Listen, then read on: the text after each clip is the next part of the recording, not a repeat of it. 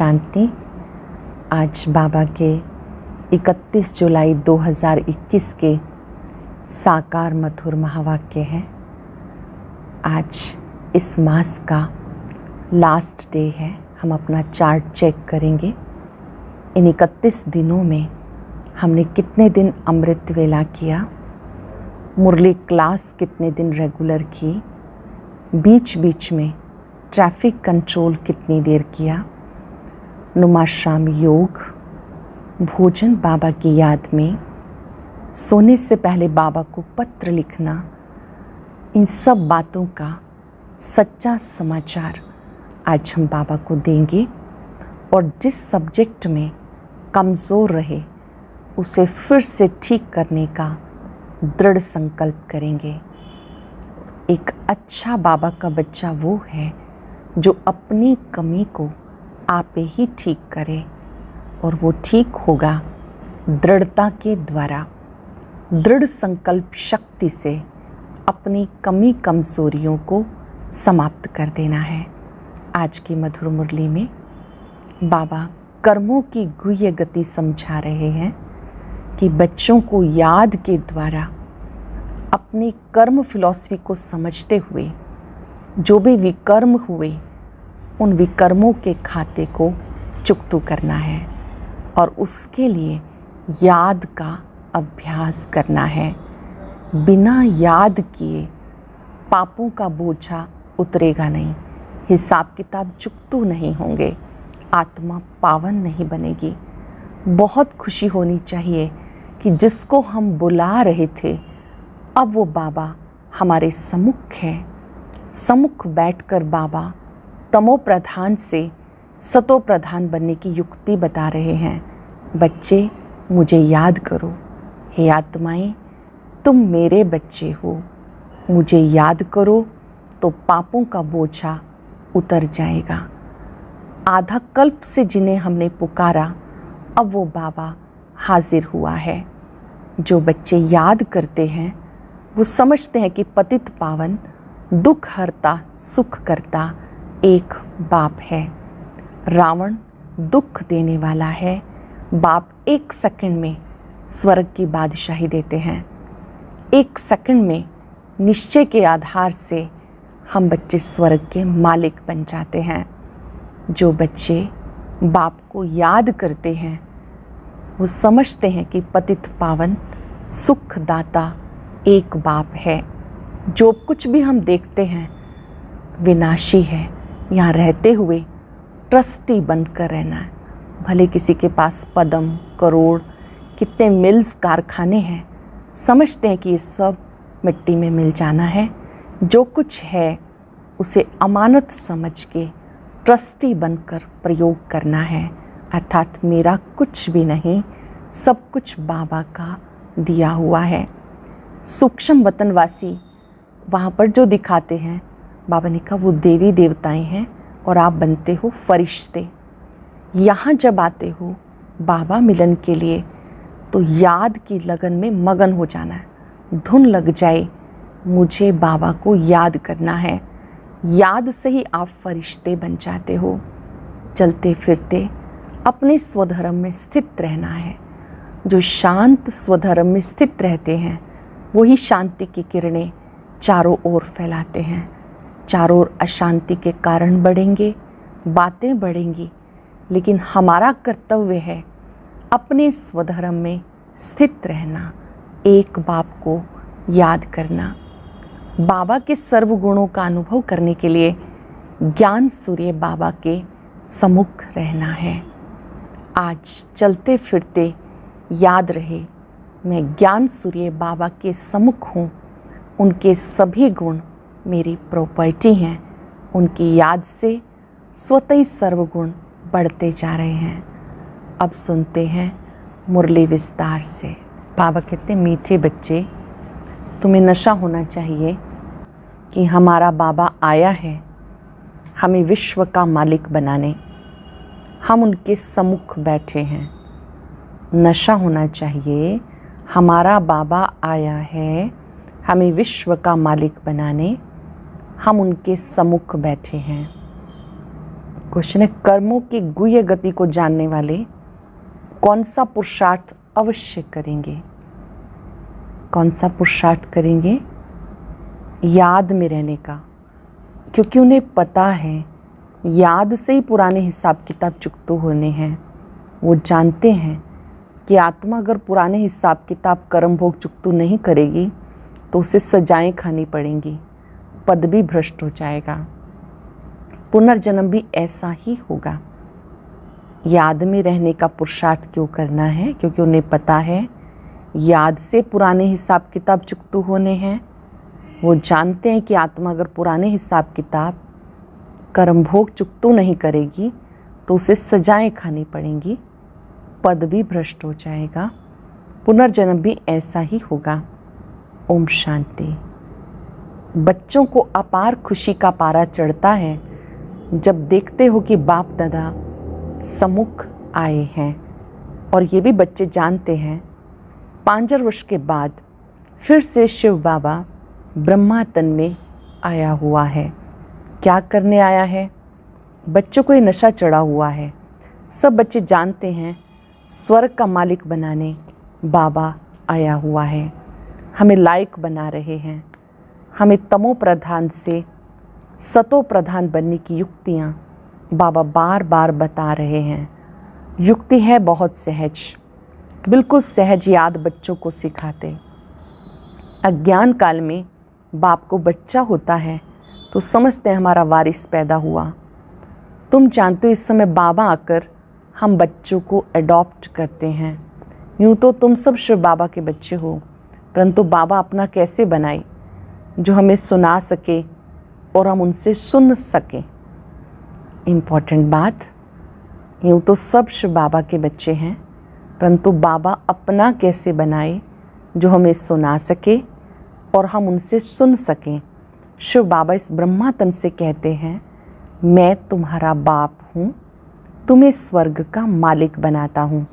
सिर्फ तुम्हारी आत्मा जो पतित है वो ना मुक्ति में ना जीवन मुक्ति धाम में जा सकती है। तुम सब एक बाप के बच्चे हो, सबको बाप की मिल्कियत लेनी है। ढेर के ढेर बच्चे हैं, वृद्धि होती जाती है, अडॉप्ट करते जाते हैं। हे आत्माएं, अब तुम मेरी संतान हो। अपने को रूह समझ मुझ बाप को याद करो। हमें बाबा मिला जिसको आधा कल्प हम याद करते थे। अपने को रूह समझो, हमें बाबा मिला जिसको आधा कल्प याद करते थे। ये कभी भूलो मत। आधा कल्प आत्मा इस शरीर द्वारा याद करती आई, हे पतित पावन, हे दुख हरता सुख करता। क्योंकि रावण राज्य है ना, भले जो अब समझते हम बहुत सुखी हैं, हम इतने पदम हैं, इतने मिल्स हैं, कारखाने आदि हैं, ये तो सब अल्पकाल के लिए हैं। अंत में बहुत त्राही त्राही करने लग पड़ेंगे, दुख के पहाड़ गिरेंगे, इतनी सारी मिल्कियत सेकंड में क्लास हो जाएगी। बाप से तुम्हें सेकंड में वर्षा मिलता, कहते तुम्हें सेकंड में स्वर्ग की बादशाही देता हूँ। ये पुरानी दुनिया ख़त्म हो जाएगी, लड़ाइयाँ लगेंगी, नेचुरल कैलेमिटीज़ होंगी, प्राकृतिक आपदाएँ आएंगी। सफाई तो चाहिए ना। तुम्हारी आत्मा भी अब पवित्र बन रही है। बाप दादा दोनों समझ सकते हैं बच्चे कितनी मेहनत करते हैं। बाप से वर्षा पाने की मेहनत बिल्कुल थोड़ी देते हैं। अपने को आत्मा समझ बाप को याद करो। वह रूहानी बाप है निराकार। हम आत्माएं उन्हें बुलाती हैं। बाबा कहते तुम्हारी आत्मा जो पतित है वो पावन कैसे बने? पतित पावन एक बाप है। पानी की नदी पतित पावनी है तो झट से जाए गोता खा के चले आना चाहिए। गंगा स्नान बहुत करते हैं फिर भी पतित क्यों हैं? रात दिन यही धुन लगाते रहते, पतित पावन सीताराम। अर्थात सब जो भक्तियाँ हैं अथवा सीताएं हैं, सबका रक्षक एक राम परम पिता परमात्मा है। पतित पावन पतियों का पति वही है। वो जब आए तब आकर पावन बनाए। तो बाबा कहते मेरी श्रीमत पर तुम्हें चलना है और किसी की मत पे नहीं चलो। बाबा कहते मेरी श्रीमत पे तुम्हें चलना है और किसी की मत पे नहीं चलो। वो तो समझते हैं भक्ति से भगवान मिलेगा, जबकि भक्ति से भगवान मिलेगा। तो ऐसा क्यों कहते कि भक्तों की रक्षा करने आएगा? भक्तों पर क्या आपदा पड़ी है जो रक्षा करेगा? रक्षा तब की जाती है जब कुछ आपदा होती है। बाबा कहते तुमने कितना दुर्गति को पाया। ये है रौरव नर्क, सब दुखी रोगी हैं। तुमने कितना दुर्गति को पाया। ये है रौरव नर्क, सब दुखी रोगी हैं। घर घर में देखो क्या लगा पड़ा है, दुख ही दुख है। इसलिए पुकारते हैं बाबा हमारे दुख हरो, सुख दो। भारत में ही सदा सुख था, अब दुख है। भारत की बात है और खंड तो है ही अलग, वो तो आते ही बाद में हैं। कोई 60 जन्म, कोई इनसे भी कम जन्म लेते, 84 जन्म देवता धर्म वाले लेते। तो इस हिसाब से आधा कल्प के बाद जो आएंगे उनको 84 से आधे जन्म लेने पड़ेंगे। ऐसे नहीं कि सब 84 का चक्कर खाते हैं। मनुष्यों को जो आता सो बोल देते। अब तुम बच्चे बाप द्वारा अविनाशी ज्ञान रत्नों की झोली भर रहे हो। बाबा द्वारा अविनाशी ज्ञान रत्नों की झोली भर रहे हो। रत्न तो बहुत वैल्यूएबल हैं। बाबा समझाते बहुत सहज हैं। बाबा कहते तुम बुलाते आए हो, हे पतित पावन आओ, आकर पावन बनाओ। अब बाबा आए हैं। अब तुम समझते हो हम पावन बनेंगे तो स्वर्ग के मालिक बनेंगे। शिव बाबा हमें पत्थर बुद्धि से पारस बुद्धि, पत्थर नाथ से पारसनाथ बनाने आए हैं। भक्ति मार्ग के चित्र सब पत्थरों के बने हुए हैं, पत्थरों से माथा मारते हैं। बाबा कहते तुम भले कितनी भी मेहनत करो, फ़ायदा कुछ नहीं होना। आगे तो तुम बलि चढ़ते थे, फिर भी क्या फ़ायदा हुआ? करके देवी का दीदार होगा, फिर जैसे के तैसे। पतित पावन बाप आते हैं एक बार संगम पर। सत्युग में भक्ति मार्ग की बातें होती ही नहीं।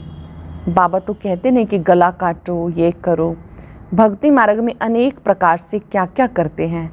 आगे देवियों पर मनुष्य की बलि चढ़ाते थे। बाबा कहते तुम सुधरेले थे तो देवता थे, अब कितने पत्थर बुद्धि बन गए। तुम्हें स्वर्ग की बादशाही दी थी, कितने सोने हीरे जवाहरात के महल थे, अथाह धन था, वह कहाँ गया? वो सारा धन संपदा, हीरे जवाहरात के महल, वो कहाँ गया? क्या किया? अब तुम कितने दुखी हो गए। तुम असल देवी देवता धर्म के थे ना, अब सिर्फ तुम रजो तमो में आ गए। तुम तो देवी देवता धर्म के थे, फिर अपने को हिंदू क्यों कहलाते हो? और सब धर्म वाले अपने अपने धर्म को ही मानते हैं। धर्म तो एक ही होता है ना। मुसलमानों का मुस्लिम धर्म, क्रिश्चियन का क्रिश्चियन धर्म चला आता। तुम्हें क्या हुआ? तुम बहुत सुखी, पवित्र, संपूर्ण निर्विकारी थे। तुम बहुत सुखी, पवित्र, संपूर्ण निर्विकारी थे। अभी कितने विकारी बन गए किसी को पता नहीं। बरोबर हम संपूर्ण निर्विकारी थे, फिर विकारी कैसे बन गए? 84 जन्म लेते सतों से तमो बने, बिल्कुल ही तमो प्रधान पतित हैं। सतयुग से कलयुग जरूर आना है। सब धर्मों को सतो रजो तमो में आना ही है, वृद्धि को पाना है। तुम भी झाड़ में हो ना। झाड़ में देखो अंत में ब्रह्मा खड़ा है। झाड़ के ऊपर चोटी में ब्रह्मा ही 84 जन्म ले जाकर अंत में खड़ा है। तुम जो नीचे ब्राह्मण बैठे हो वो अंत में पतित शूद्र बने हो, फिर नीचे राजयोग सीख रहे हो। तुम भी शूद्र थे, अब ब्राह्मण बने हो। ये बड़ी समझने की बातें हैं। झाड़ के चित्र में नीचे दिखाया है ब्रह्मा को तपस्या करते हुए, और लास्ट में ऊपर भी दिखाया हुआ है। ये बाबा कहते तुम बच्चे भी, ब्राह्मण भी ब्रह्मा के साथ तपस्या कर रहे हो। ये बड़ी समझने की बातें हैं। अब झाड़ में बहुत अच्छी समझानी है। अब तुम राजयोग की तपस्या कर रहे हो, तुम्हारा ही यादगार खड़ा है। ये चैतन्य दिलवाड़ा मंदिर और वो जड़। सत्युग में ये नहीं था। इस समय तुम अपना यादगार देखते हो। तुम प्रैक्टिकल में सच्चे सच्चे दिलवाड़ा मंदिर में चैतन्य में बैठे हो। प्रैक्टिकल में सच्चे सच्चे दिलवाड़ा मंदिर में चैतन्य में बैठे हो। स्वर्ग की स्थापना हो रही है। फिर स्वर्ग में आएंगे तो ये मंदिर आदि कुछ होंगे नहीं। ये मम्मा बाबा और हम बच्चे बैठे हैं। खूब तुम्हारा यादगार है। नाम रखा है मधुबन, चैतन्य दिलवाड़ा मंदिर। फिर जब भक्ति मार्ग शुरू होगा फिर ये मंदिर बनाएंगे। बाबा ने तुम्हें बहुत धनवान बनाया था तो तुम ही फिर उनका मंदिर बनाते हो। शिव का मंदिर एक नहीं बनाते, सब बनाते हैं यथा योग यथा शक्ति। तुम जानते हो पूज्य थे, फिर द्वापर में पुजारी बने। शिव बाबा जो इतना साहूकार बनाते हैं, भक्ति में फिर तुम ही उनका मंदिर बनाएंगे। इन बातों को अब तुम जानते हो तो अब पुरुषार्थ कर राजाओं का राजा बनना चाहिए। सतयुग में कहा जाता महाराजाएं, त्रेता में कहा जाता राजा। फिर दुनिया पतित बनती तो महाराजाएं भी पतित, राजाएं भी पतित होते। वह निर्विकारी महाराजाओं का मंदिर बनाकर पूजते। पहले पहले शिव का मंदिर बनाते, फिर देवताओं का मंदिर बनाते, खुद ही मंदिर बनाकर पूजते हैं। 84 जन्म तो भोगते हैं ना। आधा कल्प तुम पूज्य, फिर आधा कल्प पुजारी बनते हो। मनुष्य फिर समझते हैं भगवान आपे ही पूज्य, आपे पुजारी है, सब कुछ आपे ही देते हैं, आपे ही छीन लेते हैं। अच्छा, जबकि उसने दिया फिर लिया, फिर तुम्हें क्यों चिंता लगती है? तुम तो ट्रस्टी हो गए ना, फिर रोने की क्या दरकार। बाबा बैठ आत्माओं को समझाते। अब तुम आत्म अभिमानी बनते हो नंबरवार, आत्म अभिमानी बनते हो नंबरवार। कोई तो बिल्कुल बाप को याद करते नहीं, देही अभिमानी रहते ही नहीं। यहाँ कितना समझाया जाता, अरे तुम आत्मा हो, परमात्मा तुम्हें पढ़ाते हैं। आत्मा में ही संस्कार रहते, आत्मा ही बैरिस्टर आदि बनती है, आत्मा मजिस्ट्रेट बनती। कल क्या बनेंगे? अगर आत्मा बाप को अच्छी रीति याद करती रहेगी तो अमर लोक में जाकर जन्म लेगी। अच्छी रीति याद करती रहेगी तो अमर लोक में जाकर जन्म लेगी। मृत्यु लोक में फिर दूसरा जन्म नहीं लेंगे। अगर कुछ हिसाब किताब रहा हुआ होगा तो सजा खानी पड़ेगी।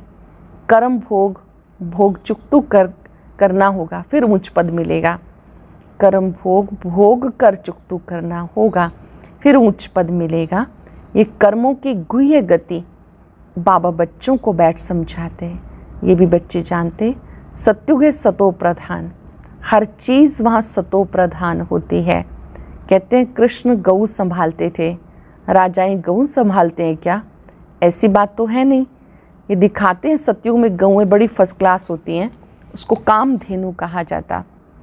जगत अम्बा सरस्वती भी कामधेनु है, 21 जन्म के लिए सबकी मनोकामनाएं पूरी करती है। तुम भी कामधेनु हो, वही नाम फिर गऊ पे रख दिया जो बहुत दूध देती है। राजाओं के घर में बड़ी फर्स्ट क्लास गायें होती हैं, जबकि यहाँ भी राजाओं के पास ऐसी अच्छी अच्छी हैं तो स्वर्ग में कितनी सुंदर होंगी। वहाँ कोई बांस आदि बिल्कुल नहीं होती, बदबू नहीं होती। अब बाबा बच्चों को कहते, मैं आया तुम्हें गुलगुल बनाकर साथ लेके जाऊँगा। मैं आया हूँ तुम्हें गुलगुल बना के साथ लेके जाऊँगा। मुझे बुलाते ही हैं, हे पतित पावन आओ, पतित दुनिया पतित शरीर में आओ। ये है पतित, वो है पावन फरिश्ता। भेंट दिखाते हैं, तुम भी पतित से ऐसा पावन फरिश्ता बनेंगे। सतयुगी देवताओं को डीटी कहते हैं, सूक्ष्म वतनवासी फरिश्ते हैं। सतयुग वालों को देवी देवताएं कहते हैं, सूक्ष्म वतनवासी फरिश्ते हैं। अब तुम फरिश्ते पवित्र बनते हो। बाबा कितनी सहज शिक्षा देते। यहाँ जब आते हैं तो कोई भी बाहर वाले मित्र संबंधी, घर घाट, धंधा धूरी आदि इन्हें याद नहीं करना। सहज शिक्षा बाबा कौन सी दे रहे हैं? यहाँ जब बाबा मिलन के लिए आते हो तो कोई भी मित्र संबंधी, घर घाट, धंधे धूरी आदि को याद नहीं करना। बाबा के सम्मुख आए हो ना, यहाँ आए ही हो योग की कमाई करने, तो इसी में लग जाना चाहिए। यहाँ आए हो योग की कमाई करने, तो इस कमाई में लग जाना चाहिए। अच्छा, मीठे मीठे सिक्के रदे बच्चों प्रति माता पिता बाप दादा का याद प्यार गुड मॉर्निंग। रूहानी बाप के रूहानी बच्चों को नमस्ते। रूहानी बच्चों की रूहानी बाप दादा को नमस्ते, गुड मॉर्निंग, शुक्रिया बाबा, शुक्रिया। धारणा के लिए सार, सजाओं से मुक्त होने के लिए पुराने सब हिसाब किताब योग बल से चुकतू करने हैं। ट्रस्टी होकर सब कुछ संभालना है, किसी भी बात की चिंता नहीं करनी, आत्माभिमानी बनना है। ये कमाई का समय है, इसमें घरगाट, धंधा धोरी आदि याद नहीं करना। ये कमाई का समय है, इसमें घरघाट, धंधा धोरी आदि याद नहीं करना। फरिश्ता बनने के लिए एक बाप की याद में रहने का पूरा पूरा पुरुषार्थ करना है। आज का वरदान, अपने शांत स्वरूप स्टेज द्वारा शांति की किरणें फैलाने वाले मास्टर शांति सागर भव। अपने शांत स्वरूप स्टेज द्वारा शांति की किरणें फैलाने वाले मास्टर शांति सागर भव। वर्तमान समय विश्व की मेजॉरिटी आत्माओं को सबसे ज़्यादा आवश्यकता है सच्ची शांति की। अशांति के अनेक कारण दिन प्रतिदिन बढ़ रहे हैं, बढ़ते जाएंगे। अगर स्वयं अशांत नहीं भी होंगे तो औरों के अशांति का वायुमंडल, वातावरण शांत अवस्था में बैठने नहीं देगा। अशांति के तनाव का अनुभव बढ़ेगा। ऐसे समय पे आप मास्टर शांति के सागर बच्चे अशांति के संकल्पों को मर्ज कर विशेष शांति के वाइब्रेशन फैलाओ। ऐसे समय पर आप मास्टर शांति सागर के बच्चे अशांति के संकल्पों को मर्ज कर विशेष शांति के वाइब्रेशन फैलाओ। स्लोगन है, बाबा के सर्व गुणों का अनुभव करने के लिए सदा ज्ञान सूर्य के सम्मुख रहो। बाबा के गुणों का अनुभव करने के लिए ज्ञान सूर्य के सम्मुख रहो। आज पूरा दिन हम ज्ञान सूर्य के सम्मुख रहेंगे। ज्ञान सूर्य के सामने अपने आप को इस ऊंचे स्वमान में स्थित करें। मैं मास्टर ज्ञान सूर्य,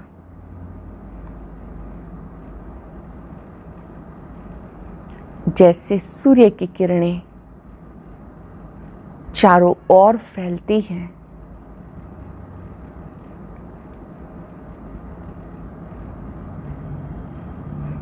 ऐसे ज्ञान सूर्य बाबा की पवित्र किरणें मुझ में समा रही हैं।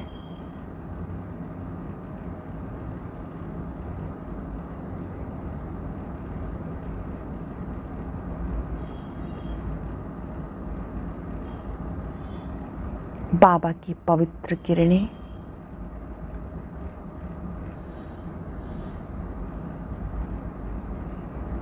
मुझ में शक्ति का संचार कर रही हैं।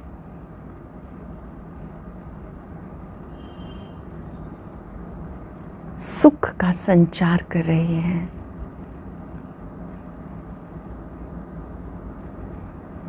मैं भी उनके समान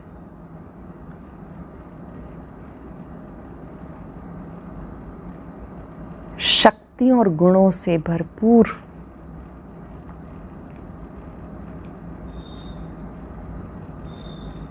शुक्रिया बाबा, आपके सम्मुख आकर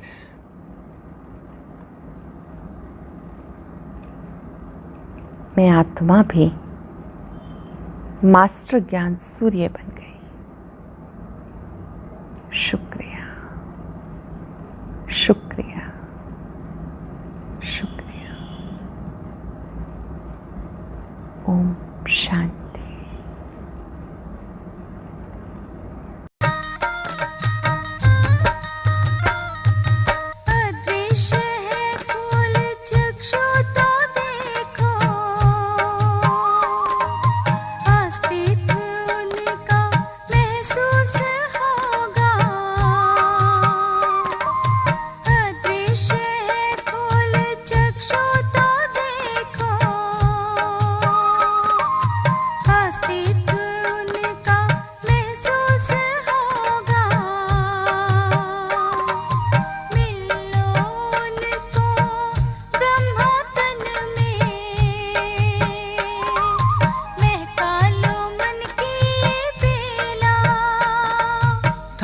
इस वेग को जगा लो विवेक, सारे जग का कर्णधार हो।